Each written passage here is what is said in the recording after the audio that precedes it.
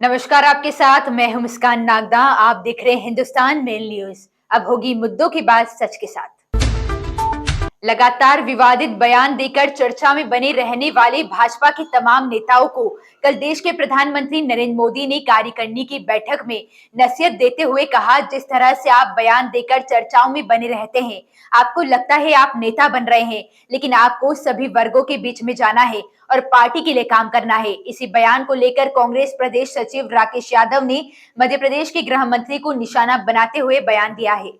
कांग्रेस प्रदेश सचिव राकेश यादव ने प्रधानमंत्री के बयान को लेकर मध्य प्रदेश के गृह मंत्री को निशाना बनाते हुए कहा, प्रधानमंत्री जी ने भाजपा के एक ही नेता को नसीहत दी है, जो है हमारे प्रदेश के गृह मंत्री नरोत्तम मिश्रा, जो हर मामले में भगवा ले आते हैं, कहीं मंदिर ले आते हैं, कभी उन्हें फिल्मों से दिक्कत होती है, कभी उन्हें अन्य बातों से दिक्कत होती है।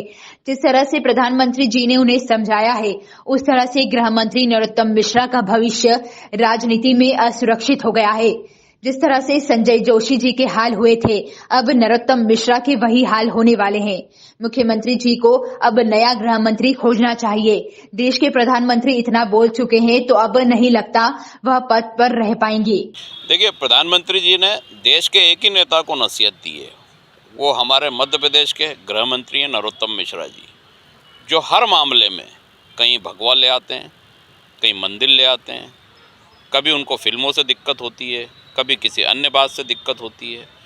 तो प्रधानमंत्री जी ने जिस तरीके से उनको बताया है कि ऐसे बड़े नेता नहीं बन सकते, इसके बाद उनका भविष्य असुरक्षित हो गया है। मुझे लगता है जिस तरह से संजय जोशी जी के हाल हुए थे, वही हाल अब नरोत्तम मिश्रा जी के होने वाले हैं। मुख्यमंत्री जी को अब कोई नया गृह मंत्री ढूंढना चाहिए, क्योंकि जब मोदी जी इतना बोल चुके हैं, तो इसके बाद तो नहीं लगता कि अब वो पद पर रह पाएंगे। भारत का सबसे स्वच्छ शहर इंदौर लगातार कई आयामों को छूता हुआ नजर आ रहा है। इसी के तहत प्रवासी भारतीय सम्मेलन व ग्लोबल इन्वेस्टर समिट जैसे बड़े आयोजन सफलतापूर्वक इंदौर पुलिस और सुरक्षा एजेंसियों द्वारा किए गए हैं। और इसी तारतम्य में फरवरी माह के दूसरा सप्ताह में आयोजित होने वाली G20 बैठक कई शहरों में आयोजित होगी और इनमें से एक बैठक इंदौर के खाते में भी दर्ज की गई है। बात करें G20 समूह की, तो यह एक ऐसा समूह है जो कि देश की आर्थिक और वित्तीय गतिविधियों को एक मंच पर साझा करने वाली बैठक है। इस बैठक में 20 देश के सदस्य हिस्सा लेते हैं, जो कि इम्प्रूवमेंट, आर्थिक व विधि सहित तमाम मुद्दों पर एक मत होकर चर्चा करते हैं। बैठक इंदौर शहर के शेरेटन ग्रैंड पैलेस में आयोजित होगी, जिसकी तारीख 13 से 15 फरवरी बताई जा रही है। वहीं सुरक्षा की अगर बात की जाए, तो इंदौर पुलिस द्वारा तमाम तरह के मापदंड सुनिश्चित किए जा रहे हैं। G20 बैठक को लेकर डीसीपी संपत उपाध्याय द्वारा बताया गया कि G20 की मेजबानी भारत कर रहा है। यह हमारे लिए काफी हर्ष का विषय है। इसकी 2 बैठक मध्य प्रदेश में आयोजित होगी, जिनमें एक बैठक भोपाल में तो एक बैठक इंदौर में होगी। इसी के साथ G20 में आने वाले सदस्य शहर का भ्रमण भी कर सकते हैं। उसको लेकर भी सुरक्षा के लिए तैयारियां की जा रही है। इस वर्ष G20 की अध्यक्षता भारत कर रहा है और ये हमारे देश के लिए अत्यंत ही गौरवपूर्ण और हर्ष का विषय है। इस तारतम्य में पूरे देश में अलग अलग शहरों में बैठकें अलग अलग स्तर की आयोजित की जा रही हैं। इस तरह की 2 बैठकों का मेज़बानी इंदौर को मिला है, जिसमें एक बैठक अभी फरवरी महीने में होने जा रही है, एक बैठक भोपाल में है और इसकी पूरी तैयारी अभी की जा रही है। लगातार जो G20 का सेक्रेटरीट है, उससे संपर्क में रहते हुए यहाँ की पुलिस जो भी वांछित व्यवस्थाएं हैं उनको कर रही है सुरक्षा के लिए। अभी इंदौर पुलिस की टीम एक डीसीपी आसूचना के नेतृत्व में त्रिवेंद्रम भी गई है, तिरुवनंतपुरम, जहां पर कार्यक्रम चल रहा है, और केरल में इस होने वाले कार्यक्रम का वहां पे सिक्योरिटी के क्या अरेंजमेंट है उसको भी देखेगी, उसका अध्ययन करेगी और जो भी चीज़ें वांछित होंगी इंदौर में सुरक्षा के लिए, वो सभी चीज़ें इंदौर की पुलिस करेगी। हरियाणा के पूर्व मंत्री जगदीश नेहरा का निधन हो गया। उनकी उम्र 92 साल थी। वह हिसार के निजी अस्पताल में भर्ती थे। जगदीश नेहरा भजल लाल सरकार में शिक्षा मंत्री और सिंचाई मंत्री रहे हैं। वह सिरसा के रोडी से विधायक बने थे। उनकी पोती की शादी 20 जनवरी को थी। ऐसे में उनके निधन से शादी की खुशियां मातम में बदल गई। उनके 2 बेटे सुरेंद्र और संदीप नेहरा है। पिछले साल ही उनके बड़े बेटे सुरेंद्र नेहरा की मौत हो गई थी। जगदीश नेहरा का अंतिम संस्कार उनके पैतृक गांव पन्नीवाला मोटा में किया जाएगा। वे LLB पास आउट थे। 2014 में कांग्रेस छोड़कर भाजपा में गए थे। उन्होंने अंतिम चुनाव 2014 में भाजपा की टिकट पर रानिया विधानसभा से लड़ा था।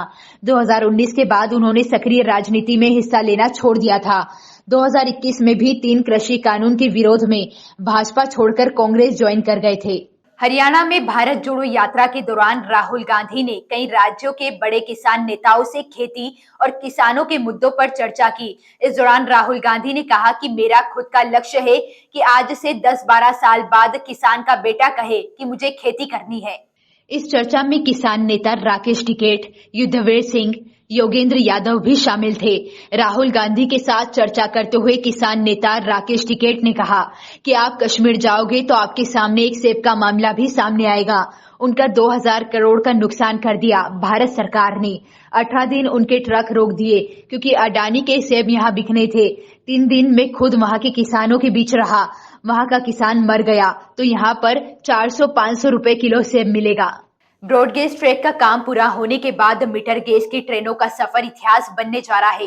ये जानकारी आज इंदौर रेलवे पीआरओ खेमराज मीणा ने दी। दरअसल रेलवे के आदेश के बाद 1 फरवरी से महू सनावद सेक्शन के बीच चल रही मीटर गेज की ट्रेन बंद होगी।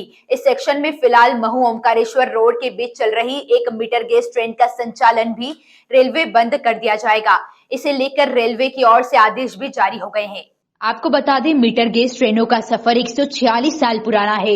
1877 में इंदौर खंडवा के बीच अंग्रेजों के शासनकाल में मीटर गेज ट्रैक तैयार हुआ था। महू ओमकारेश्वर के बीच मीटर गेज ट्रेन बंद होने के बाद रतलाम रेल मंडल से मीटर गेज की ट्रेनों का संचालन पूरी तरह बंद हो जाएगा। वहीं रेलवे पीआरओ हेमराज मीणा ने बताया कि फिलहाल रेलवे ओमकारेश्वर रोड से महू के बीच 1 मीटर गेज ट्रेन का संचालन कर रहा है। बीच में इसे बंद कर दोबारा चलाना शुरू किया गया था। रेलवे पीआरओ ने हेरिटेज ट्रेन बंद करने के रेलवे ने 2 कारण बताए हैं, जिसमें एक कारण ब्रॉडगेज कन्वर्शन है, दूसरा कारण हेरिटेज ट्रेन से रेलवे को अच्छा प्रतिसाद नहीं मिल पाना। देखिए, महू और जो ओंकारेश्वर सेक्शन है उसमें क्या है कि अभी हाल में हमारी जो मीटर गेज पे जो ट्रेन चलती है उनको फ़िलहाल 1 फरवरी से हम लोगों ने बंद किया, क्योंकि इस सेक्शन को जो महू ओंकारेश्वर सेक्शन है इसको हम लोग अभी बंद करने जा रहे हैं, क्योंकि पहले से ही जो सनावद और खंडवा के बीच में जो लाइन का काम पूरा हो चुका है और सनावद और महू के बीच में बड़ी लाइन का काम चलना है। इस वजह से इस ट्रेन को हम लोगों ने 1 फरवरी से बंद कर दिया गया है। और जो दूसरी जो ट्रेन है पाताल पानी कालाकुंड, मतलब महू से पाताल पानी का उस ट्रेन को भी हम लोगों ने इस महीने के लास्ट से उसको बंद कर दिया गया है। तो इस सेक्शन को अभी बड़ी लाइन के रूप में डेवलप करना है, इस वजह से इन ट्रेनों को बंद किया गया है। इंदौर में दहेज संबंधित मामले लगातार सामने आ रहे हैं। इसी कड़ी में इंदौर की महिला थाना पुलिस ने एक पुलिसकर्मी के खिलाफ पत्नी की शिकायत पर प्रकरण दर्ज कर पूरे मामले की जांच पड़ताल शुरू कर दी है। बता दें, पति पुलिसकर्मी पीड़ित महिला से दहेज व अन्य सामान की डिमांड कर रहा था और लगातार परेशान कर रहा था। पूरा मामला इंदौर की महिला थाने से संबंधित है। महिला थाने पर एक पीड़िता ने अपने पति, जो कि पुलिस में ही आरक्षक के पद पर पदस्थ थे और फिलहाल इंदौर के तिलक नगर थाने में पदस्थ है, वह अपनी पत्नी से लगातार 16 लाख रुपए नगद दहेज के रूप में मांग कर रहा था।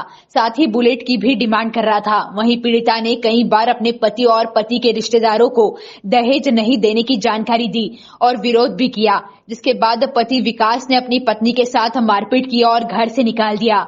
इसके बाद पीड़ित अपने मायके गई और पूरे मामले की जानकारी दी। उसके बाद अपने माता पिता के साथ आकर महिला थाने पर पूरे मामले की शिकायत दर्ज करवाई। वहीं पुलिस ने भी इस पूरे मामले में पीड़िता की शिकायत पर पति विकास भदौरिया, सास सत्यवती भदौरिया और ससुर बलदेव सिंह भदौरिया के खिलाफ विभिन्न धाराओं में प्रकरण दर्ज कर पूरे मामले की जांच पड़ताल शुरू कर दी है।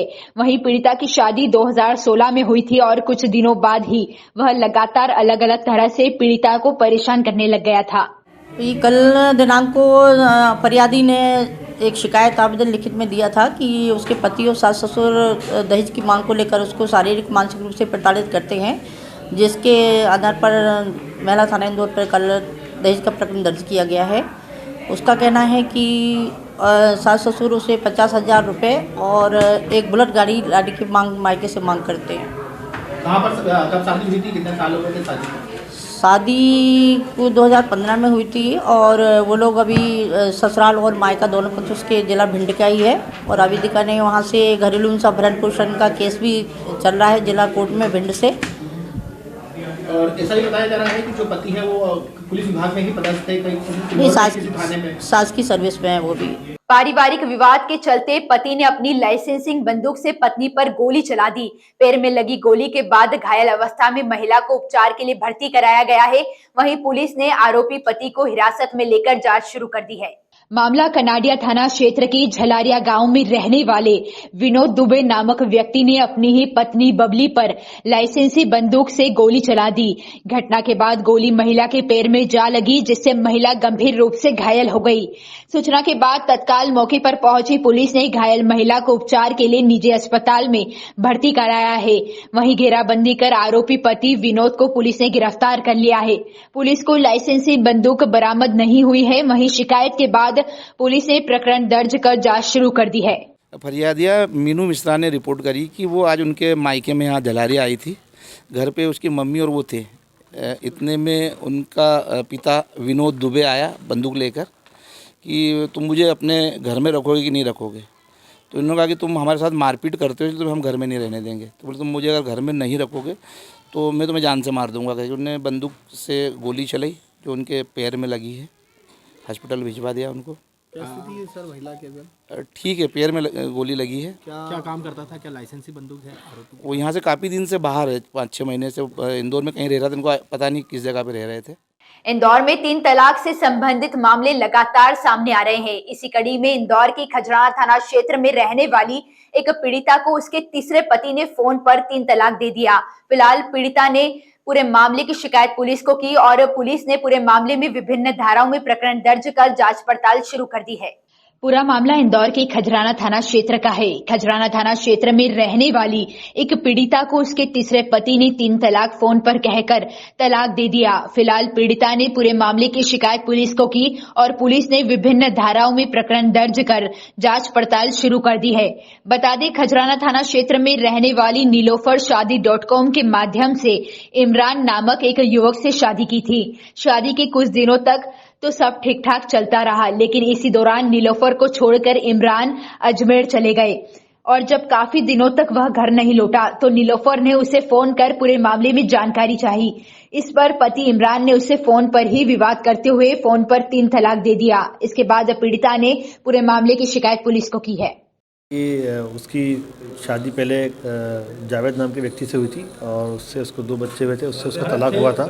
बाद में एक शाहिद नाम के व्यक्ति से शादी हुई और उससे भी उनको 3 संतानें हुई और उससे भी उनका तलाक हो गया था।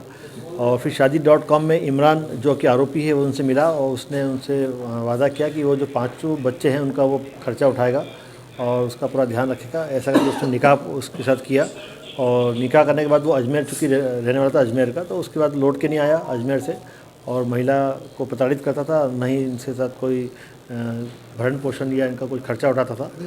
जब ज़्यादा परेशान करने के बाद महिला ने इस बात के लिए बताया तो फिर उसने मोबाइल से और मैसेज से उसको 3 तलाक दिया।